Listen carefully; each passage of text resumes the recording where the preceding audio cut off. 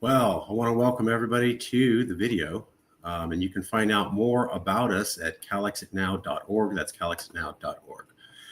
Well, roughly today's video is going to be about what exactly is the Kristallnacht speech. So the title of the video is Kristallnacht. This is a speech that I've given to multiple audiences. Most of them were African American. We did one of the fundraising, and then we went to the California Democratic Convention Black Caucus, and we did a presentation to members there. I'm going to give you the full speech now, and here's roughly how it goes with references.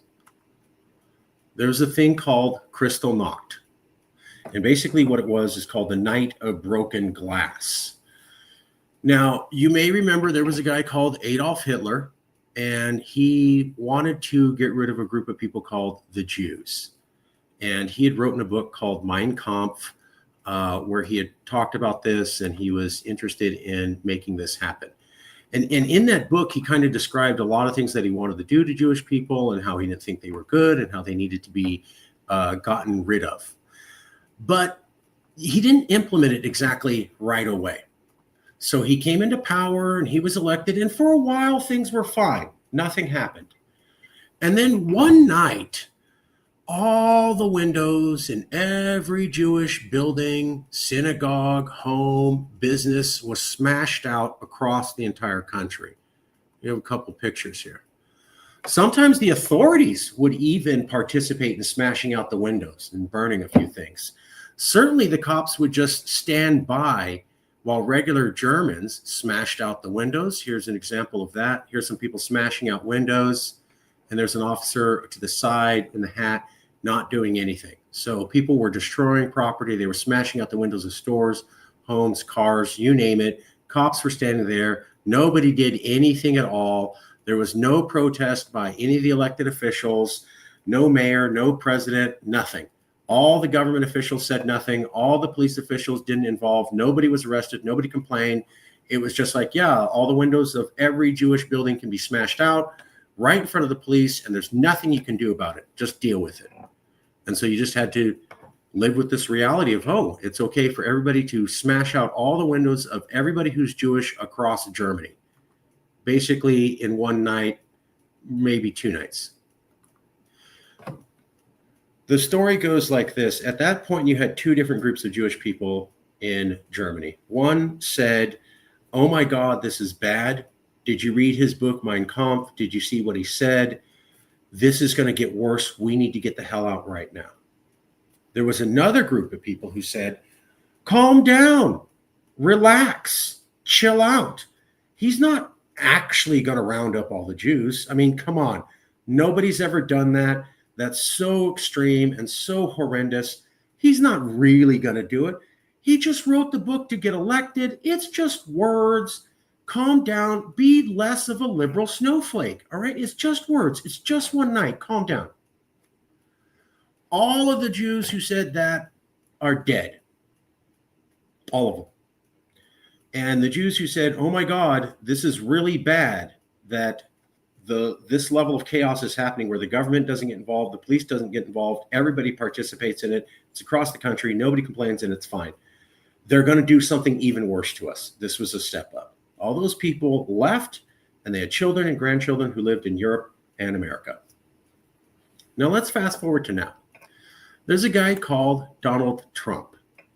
And when he was being elected to president, this time around, not 2016, there's plenty of material there, he was able to have one person sit with him in his press box at the Republican National Committee. So there's hundreds of people, thousands of people going to the Republican National Committee.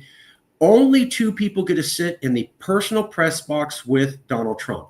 Out of all of the Republican Party and 300 million people in America, who does he pick to sit next to him? Jason Aldean. There's a picture of Jason Aldean and his wife. Now, Jason Aldean is the guy who wrote the song Try That in a Small Town, which was a country music song featuring minorities and white people in fights, and accidentally filmed in front of the last courthouse to hang a black man dead. Accidentally filmed in front of the last courthouse to hang a black man dead. It's featured in 3/4 of the music video. Jason Aldean says, whoops, Nobody could be bothered to check. Whoa, mistakes happen. I guess the producer, the director, all the stage people, all the staff, and Jason himself couldn't be bothered to do a 5-second search on Google. Mistakes happen.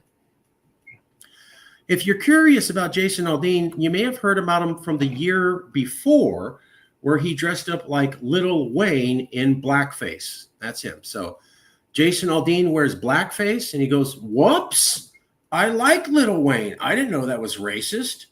Then the next year, he writes a song about try that in a small town, featuring the last courthouse to hang a black man dead in 3/4 of the video. And here he is sitting next to Trump. Trump is also the guy who is what we call the birther conspiracy against Barack Obama. When Barack Obama was running for president, or after he became president, although Trump didn't start, it was started by the Tea Party, Trump popularized the idea that Obama is not an official American president because he wasn't born in America. Now, the key thing about the birther idea is not whether Obama was born in America. It was to say that because Obama's black, he can't be a president of America because America's a white nation. They couldn't come right out and say that, so they played this game with birth certificates. But the birther conspiracy is about how you're African American, so therefore you can't represent America. They used this on Barack Obama. And as soon as an African American woman came to run, he used it on her right away. But let's say you're not African American. Let's say you're Latino. Well, here's the thing. When Donald Trump came back this time, he said he wanted to reenact the Eisenhower deportation ban. That's called Operation Wetback. Wetback is basically the N-word for Latin people. Donald Trump referenced the plan, although not using the term, and said it's a great plan and he wants to reenact it. And I'm supposed to believe he didn't know it was called Wetback while he commended it in front of everybody on a national stage? Interesting. Well, maybe I have difficulty doing that because this guy, who's known as a white supremacist by the Congressional Hispanic Caucus and most Latinos, was reappointed over immigration as soon as Donald Trump came back. He said, hey, I want to appoint a white supremacist. If you're mistaken, here is the Congressional Hispanic Caucus calling out Stephen Miller as a white supremacist the moment Trump came back into office. That's who he put in charge of immigration. But it doesn't end there.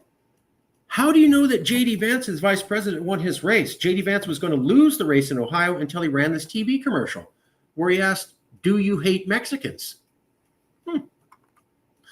You love the Eisenhower deportation ban called Operation Wetback. You salute that. You place a white supremacist in charge of immigration, and your vice president is someone you selected after he won a race. We're running a TV commercial saying, do you hate Mexicans? Interesting. But it doesn't end there. Let's say you're not African American or Latino. You're just a protester who believes in protesting. Well, current Secretary of Defense says he won't answer the question on if he will gun down protesters if given the order. Here's another one. Hegseth seems open to ordering soldiers to shoot protesters. And so this is what I want to come back to. When Kristallnacht happened, the idea of the Holocaust was so horrible, most people couldn't fathom it. They couldn't even imagine a future like that. And so about half the Jewish population said, even though we've been attacked and all our windows smashed out and the cops did nothing and the police did nothing and the politicians did nothing and the national administration did nothing, I'm sure it's going to be just fine. It's just tough talk. He just wrote that Mein Kampf book to win an election. It's just words. Well, here we go.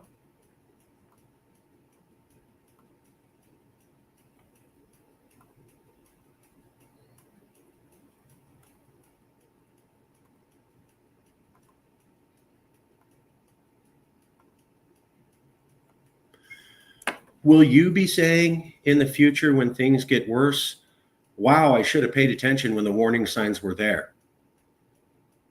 Or will you not be in a position to say anything at that point? I know when I give this speech, people go, that seems extreme. And that's exactly what the Jews who stayed in Germany and died said too. It's just talk.